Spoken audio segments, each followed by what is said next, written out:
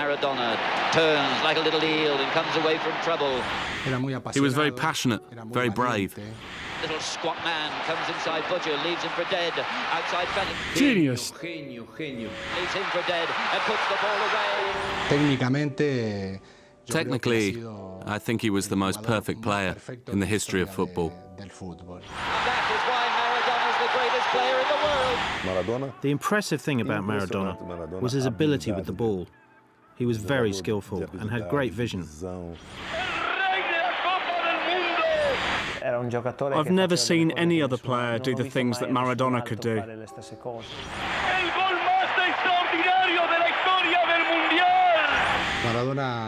Maradona defines Argentina, just like Gardel, Evita, Che Guevara. He's a legend.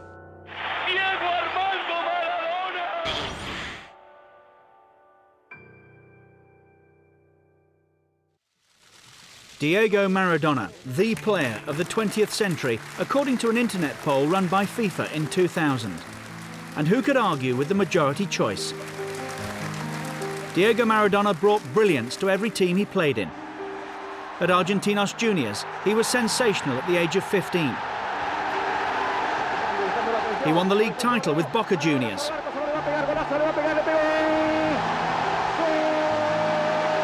He was undoubtedly Argentina's greatest ever player. He won 3 cups with Barcelona before moving to Italy, where he transformed Napoli into a title-winning side. There he won 2 Scudettos, a Coppa Italia and a UEFA Cup. That's quite a record. So was Diego Maradona the best footballer the world has ever seen? Well, my mum always said that I was the best. I just want to be remembered as a good guy. So if some people think I'm the best, or the second best, the third, the 10th, that doesn't really matter too much. But ask the question to any Argentinian, and they will surely say that Diego Maradona is the greatest player that ever lived. But like many of Argentina's heroes, Diego's story started in obscurity. One day, a boy called Goyo Carrizo came up to me and said there was a kid where he lived in Villa Fiorito who was even better than him. And so one afternoon, he appeared with Diego.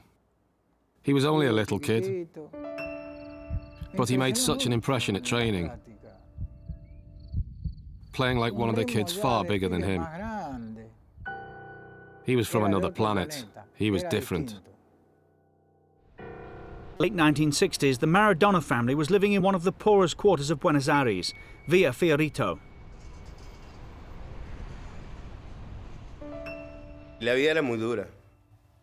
Life was very hard. There were 8 mouths to feed, and the only one working was my dad. My sisters were studying because Dad didn't want them to work, and he had to feed us. We always made ends meet by the end of the month, but things were very tight. Life was tough in Villa Fiorito, but the family still managed to encourage the talent that their son had.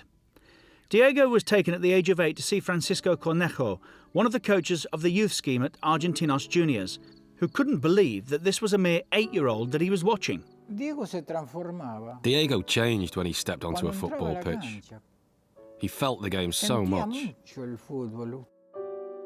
I went for a trial at Argentinos Juniors, where we trained in the Parque Sabrera. And in the first session, I did pretty well. Scored a couple of goals. I enjoyed myself. But Diego wasn't allowed to be a child for long.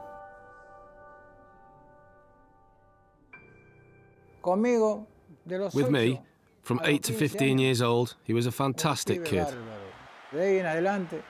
But he moved on. His life and achievements reached another level. He became famous, and my part in his story was done. Diego was clearly destined to become an Argentinos Juniors legend. When he made his debut, he was yet to turn 16, the youngest ever in the Argentine league. It was the stuff that dreams were made of for the young Diego Maradona.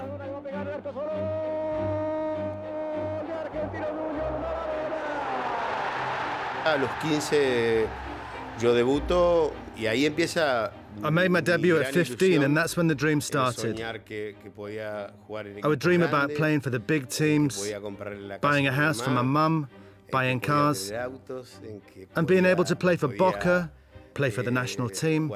It was all a dream that myself and my friends had back then, but thought it was impossible. So in that moment, when I made my debut for the first team, then all of that became a little bit closer.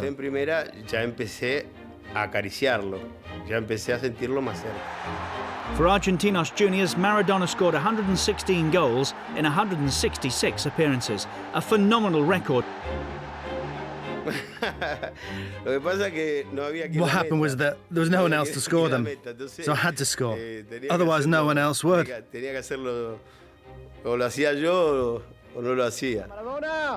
El Diego was the kid that everyone wanted to see around Buenos Aires, and by the age of 16 he'd made his international debut.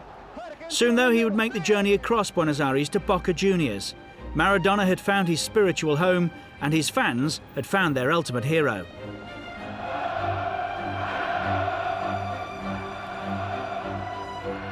It's just a feeling that you can't explain.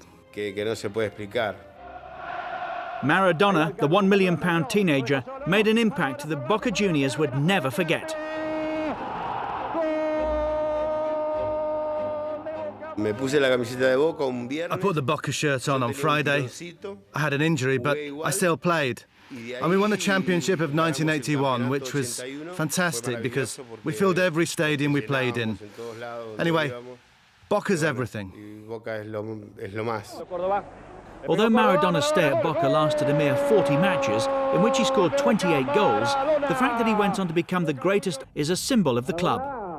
But the meteoric rise didn't stop in Buenos Aires. Much as he loved Boca, Diego had to move on. It wasn't a case of leaving Boca. The country was falling apart and there just wasn't the money available to keep me there. So along came Barcelona with the money and they took me away. Before he could join Barcelona, there was the small matter of the 1982 World Cup in Spain. And Maradona provided Argentina's brightest hope of retaining their world title. When he scored 2 goals against Hungary, things were looking good. Then came Brazil in the second group phase. But that World Cup ended in frustration for Argentina, and especially for Diego, who was sent off. But as Maradona walked, the world knew that it wouldn't be long before he was the star of the Spanish football fields once again. Barcelona had already paid $5 million for the 21-year-old, making Maradona the most expensive football player ever. He went to Barcelona at the age of 21, where he found a world that was totally new to him, which also led him to make mistakes, and he knows that. But I remember the Maradona that played for Barcelona, and he did some extraordinary things there. Some of the things he did in a Barcelona shirt were just fantastic. At Barcelona too came the first signs of the problems that would dog Maradona's life and his footballing career. I never managed to play a whole season for Barcelona. Every time it looked like we were up for a title challenge, then something happened to me. First it was hepatitis, and then the ankle injury from Goycochea's tackle, which they said would end my career. It was one of many injuries that Maradona was to overcome during his career, but his relationship with the club was problematic too, and the time came for him to move on once again. It was all about the president. I never got on well with Núñez. He was authoritarian, interfered in team matters. I think the president should be the president, and that's why I went to Napoli. Diego said goodbye to Barcelona and moved on to Naples, and in southern Italy. When I got to Napoli, it was a much smaller city, but they lived for football like I did. And at my presentation at Napoli, there were 75,000 people. For Napoli, Maradona was like San Gennaro. He was unique. He had a fantastic relationship with the city. But before the great successes at Napoli came the 1986 World Cup in Mexico, which would change his life forever. In '86, our strength came from the fact that nobody believed in us. Everybody expected that Platini would prove to be the best in the world, that Zico would be the best, or someone else. I was in 7th or 8th place. But as the story of Mexico 1986 developed, it became clear that there would be only one star, Diego Maradona. He put everything into his preparations for that World Cup. We thought we had a very big player in our squad, but we never imagined that his power and influence would take us as far as it did. With Maradona pulling all the strings, Argentina had few problems in the group phase. It was an improving team, coming together around their number 10, Maradona, their one great player. And when we started winning the opening matches, and we came together as a group, we said to ourselves, look, we can do this. And we gained strength, and we could channel our energies. Then in the quarter-final in Mexico City came the most explosive match of the 1986 World Cup. Argentina met England in the Azteca Stadium. 4 years earlier, the two countries had been at war. It wasn't revenge for the boys who fell in that war, because nothing could bring back one of those lives, even if we'd scored 7 against England. I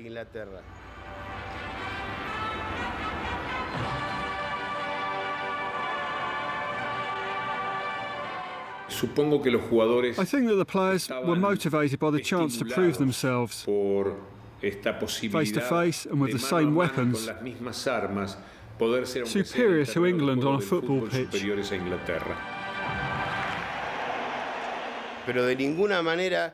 But the guys facing us were not to blame in any way. The English players had not killed a single Argentinian. We knew that very well. But they were representing the country that had killed Argentinians. And the controversy didn't stop with the national anthems.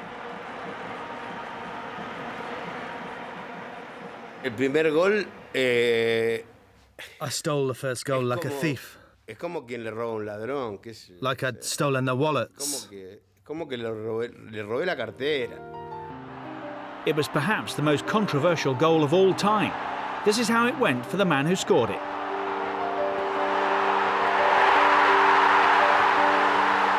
Sansom anticipated it. But I kept running because the ball just looped up. And me, at just 1.67 meters, I was never going to beat Shilton in the air.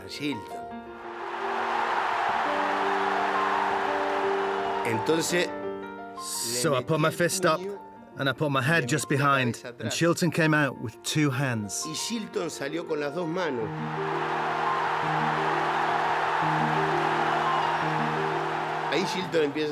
So Shilton shouted, handball, handball.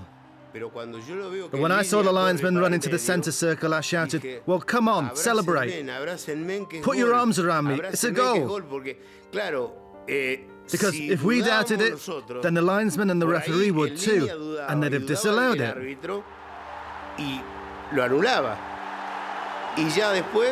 So afterwards, all the English came up to me, wanting me to admit that it was handball, but what was I supposed to say? Listen, I'd scored a goal with my hand before in a game amongst friends, but now I'd done it in the World Cup and nobody had seen me. So I wasn't going to say, sorry guys, I scored it with my hand. No, what could I say? Handball? Or as Maradona put it, the hand of God. No doubt though about the second goal. When he got the ball, I just said, the genius of world football picks up the ball in midfield.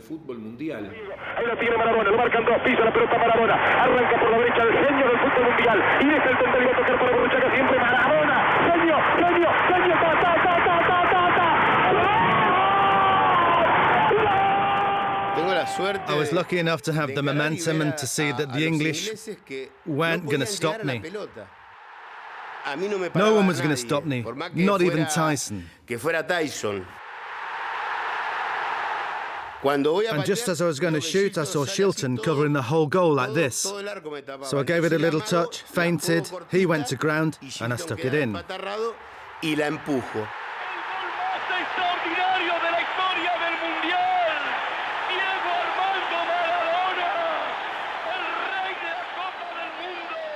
That moment had a great symbolic value for us. And Maradona was transformed into this great patriotic leader, comparable to the national heroes of our independence.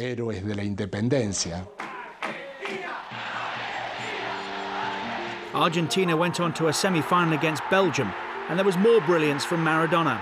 With 2 goals, he put Argentina into the World Cup final once again. And there was no doubt who West Germany would fear most in the final. Maradona had such power that he could influence a match just by his presence, which would destabilize our opponents. He had this power that intimidated the opposition. So another moment of truth in the career of Diego Maradona. The score stood at 2-2 when Maradona put Jorge Burruchaga through for the winning goal. Argentina were world champions once again, but this time it was Maradona who'd led and inspired them. The crowning moment of a brilliant career.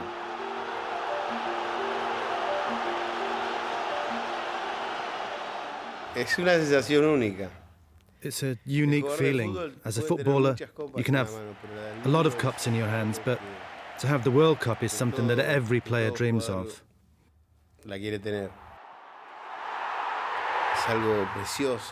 It's a beautiful thing, a unique thing.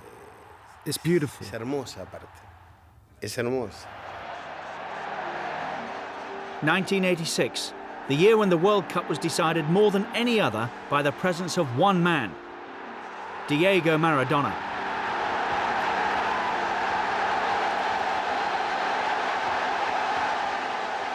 In 1986 was his finest hour, where he showed everything he had.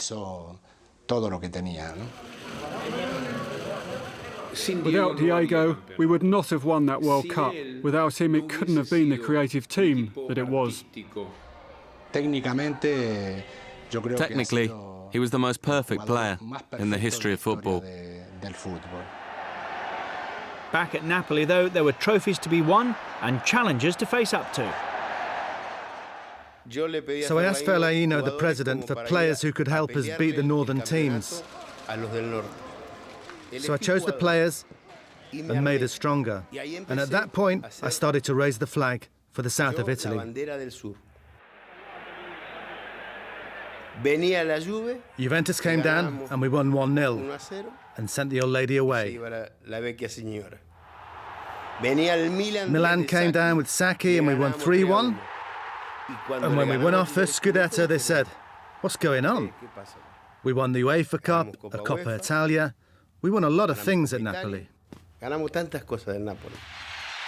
was a situation that suited Maradona perfectly. He was the hero of Napoli. For the fans and Maradona, it wasn't just a game of football. It was a way of correcting an injustice from the rest of Italy. And so they felt a lot for him, and they were very proud of their team back then. That love for Maradona would be tested when the World Cup came to Italy in 1990. Victories against Brazil and Yugoslavia put Argentina through to a semi-final against Italy, which was played in Naples. Maradona wanted the Neapolitans to expose the north-south divide and support Maradona's Argentina ahead of Italy. When we came up against the Italians, as captain of Argentina, I said that the Italians would ask for the support of the people of Napoli for one day, and for the other 364 days, they'll call us Africans. And they went mad. They just went loco. For the Neapolitans, Maradona wasn't an Argentinian. He was one of them, so that caused a few problems. Who knows whether the mind games unbalanced the Italians, but as controversy raged, Maradona was calm enough to score a crucial penalty in the shootout that put Argentina into the final.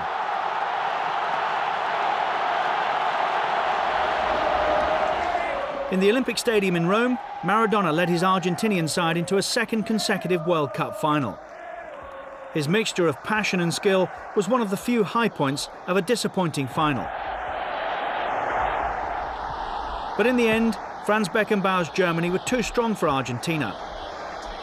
A penalty from Andreas Bremer, 5 minutes from time, was enough to take the World Cup away from Argentina. And one of the abiding memories of that World Cup were the tears of Maradona.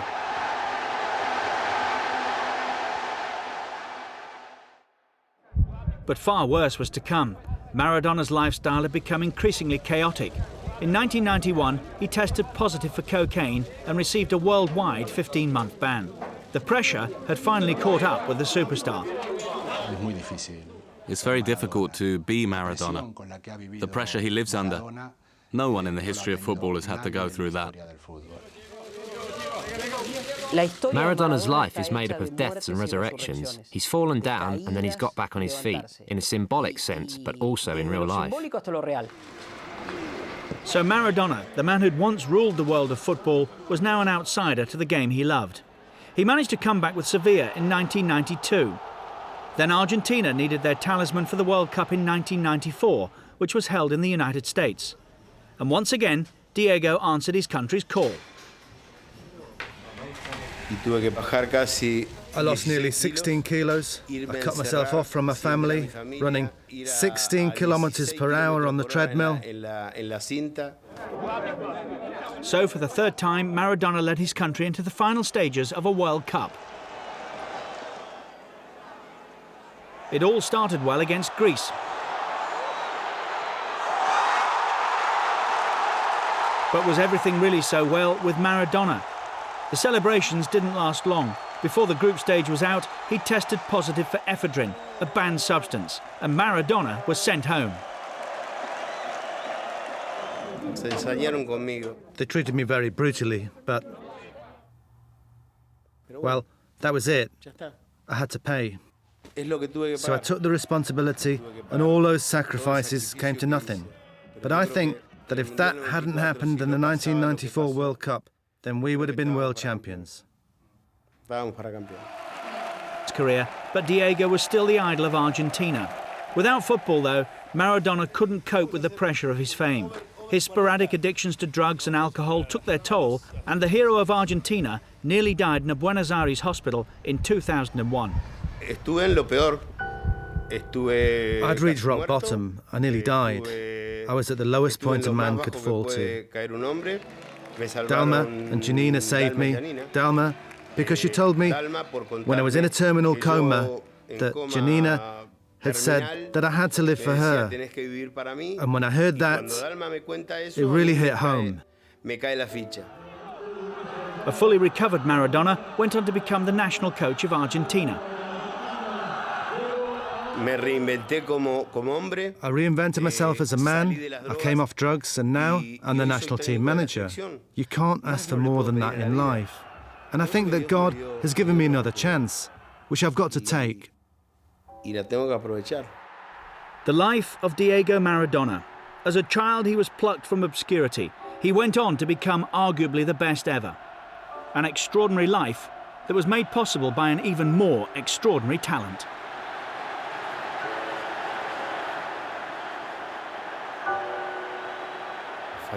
It's been fantastic. I think that I've been through wonderful and terrible things, and now that I have my grandson, I'm the happiest man in the world.